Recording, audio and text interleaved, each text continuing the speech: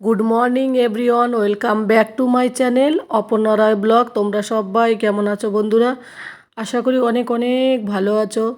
তো প্রচণ্ড গরম পড়েছে, সবাই সাবধানে থেকো, জল বেশি করে খাও। আর থাম্বেল দেখে বুঝতে পেরেছো আমি কি শেয়ার করব তোমাদের সামনে। তো ভিডিওটা অনেক দিন আগে করে রেখেছিলাম কিন্তু শেয়ার করা হয়নি।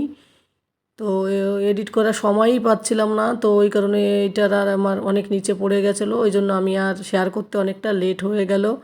তো এই যে ভিডিওটা দেখছো, এটা হচ্ছে আমার বাপের বাড়ি আমি যখন গিয়েছিলাম তখনকার ভিডিও।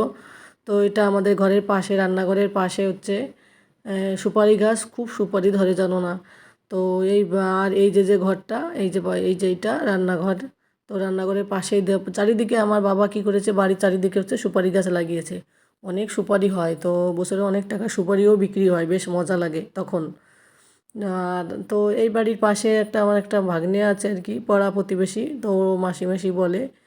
তো ওকে নিয়েই তোমাদের সঙ্গে ও কী করে সারাক্ষণ ওইটাই শেয়ার করার জন্য এলাম। তো ও হোটেল ম্যানেজমেন্ট পড়েছে, তারপর বাইরে চাকরি করতো, লকডাউনে বাড়ি চলে এসছে, এসে নিজেই বিজনেস করছে।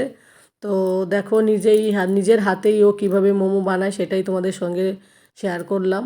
তো দেখো প্রথমে ময়দাটাকে টুকরো টুকরো করে কেটে নিয়ে রেখেছিল, তারপরে ছোট্ট ছোট্ট করে একদম, এগুলো কিন্তু ছোট দেখে মনে হচ্ছে অনেক বড়, কিন্তু না, এটা অনেক অনেক অনেক ছোট।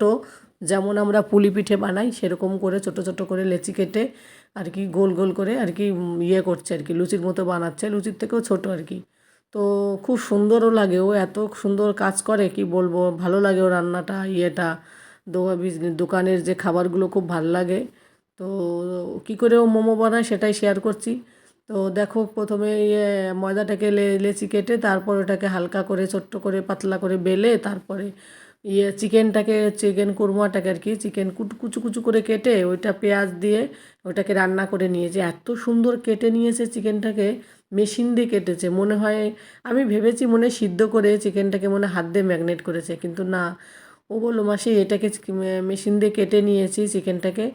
তো কেটে নেওয়ার পর তারপরে পেঁয়াজ দিয়ে আর মশলা ফসলা দিয়ে এইসব দিয়ে আর কি ভিতরের যে পুরটা ইয়ের চিকেনের, যেহেতু চিকেন মোমো বানাচ্ছে, তো চিকেনের যে পুরটা সেইভাবে ওইভাবে বানিয়ে নেয়। তো পুরটাও খুব সুন্দর হয় আর খেতে খুব দুর্দান্ত হয়। তো আমি বলছিলাম যে ভাগ্নে তুই অনেক বড় হয়ে গিয়েছিস, অনেক ছোট ছিল তখন আমাদের সামনে হাফ প্যান্ট পরে ঘুরে বেড়াতো, এত ছোট ছিল আর এখন কত বড় হয়ে গেল, দেখো কত নিজের কাজ নিজে করা শিখে গেছে, এখন বিজনেস করা শিখে গেছে।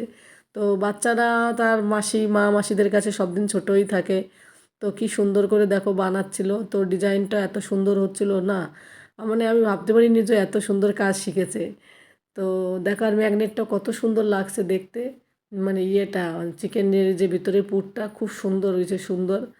তো দেখে মনে হয় না যে এটা কাটেনি, কিন্তু এটা সত্যি মেশিন দিয়ে কেটেছে। তো দেখো কিভাবে ডিজাইনটা বানায়, এর ডিজাইনটা বানাতে আমি ভেবেছি আমিও শিখবো, তাহলে আমি বাড়িতে যে মোমোগুলো বানাবো সেইগুলো এইভাবে ডিজাইনটা দেবো। তো ডিজাইনটা দেখো কত সুন্দর করে বানিয়ে দিচ্ছে, এইভাবে একটা একটা করে অনেকগুলো বানিয়ে নেবে। তো ও থাকে সঙ্গে, আর ওর একটা মাসির ছেলে থাকে সজল, ও ভাগ্নেটাও খুব ভালো। ও মানে বড় ভাগ্নের কাছ থেকে শিখেছে। তো দেখো একটা একটা করে কতগুলো বানিয়ে নিল। তো এইগুলোকে তারপরে সিদ্ধ করা হবে, ভাপা দেওয়া হবে এটাতেই যেখানে রাখা হয়েছে ইডলির মতো। তো ভাপা দেওয়ার পর তারপর হয়ে যাবে মোমো। কিন্তু কি সুন্দর করেছে দেখতে, কি সুন্দর লাগছে, আমার তো দেখে মনে হচ্ছিলো কাঁচাই খেয়ে নিই যখন দেখেছিলাম। আর চিকেনের ওইটা তো আর দারুণ, আরও দারুণ লাগছিলো দেখে, সামনে থেকে মনে হয় না যে এটা চিকেন। এত সুন্দর লেগেছিল। তো তোমরা কেউ ভিডিওটা স্কিপ করো না। আর তোমাদের কেমন লাগলো বন্ধুরা ভিডিওটা কমেন্ট করে বলো। আর তোমাদের কার কার মোমো খেতে ভালো লাগে তোমরা সবাই বলো। আমার তো মোমো খেতে খুব ভালো লাগে। তবে হ্যাঁ, মোমোটা না গরমের থেকে ঠান্ডার সময় খেতে বেশি মজা লাগে, কারণ ঠান্ডা থাকে আর গরমে ফু দিয়ে খেতে বেশ মজাই আলাদা থাকে। ওর চিকেন স্যুপটাও খুব সুন্দর লাগে, মানে যে গরম গরম থাকে। গরমের দিনে একটু কষ্ট হয়, তবে বৃষ্টির দিনে বেশ ভালো লাগবে চিকেন মোমো খেতে। কিন্তু আমার মোমো সবসময় খেতে ভালো লাগে, কিন্তু শীতের দিনে বেশি ভালো লাগে। তো দেখো এবার ছোটো ভাগ্নে বানাচ্ছে, কীভাবে বানাচ্ছে দেখো। আমি বলছি দাঁড়া, তোর ডিজাইনটা কী করে করিস একটু আস্তে আস্তে করে স্লো করে বানা, আমি একটু দেখাই। তো বলছে মাসি হাত ঢেকে যাবে, দেখাতে পারবে না। তাও আমি একটুখানি চেষ্টা করলাম, দেখো কীভাবে ডিজাইনটা করলো। তোমরা বাড়িতে চেষ্টা করো এইভাবে ডিজাইন করে বানানো, খুব ভালো লাগবে দেখবে।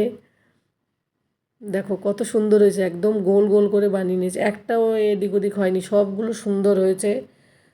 দেখো বড় ভাগ্নে বানিয়েছিল এত সময়, এখন ছোট ভাগ্নে বানাচ্ছে। তো গরম, প্রচুর গরম পড়েছে, তো তখনও প্রচণ্ড গরম ছিল, দুপুরবেলা তো গরম তো একটু ছিল।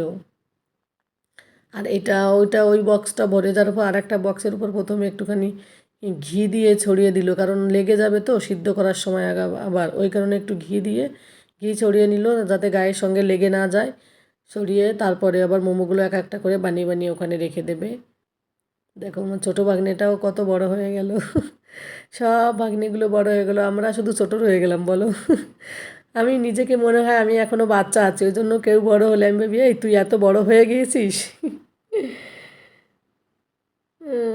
দেখো কি সুন্দর করে বানাচ্ছে। তোমাদের কার কার ভালো লাগে বলবে বন্ধুরা।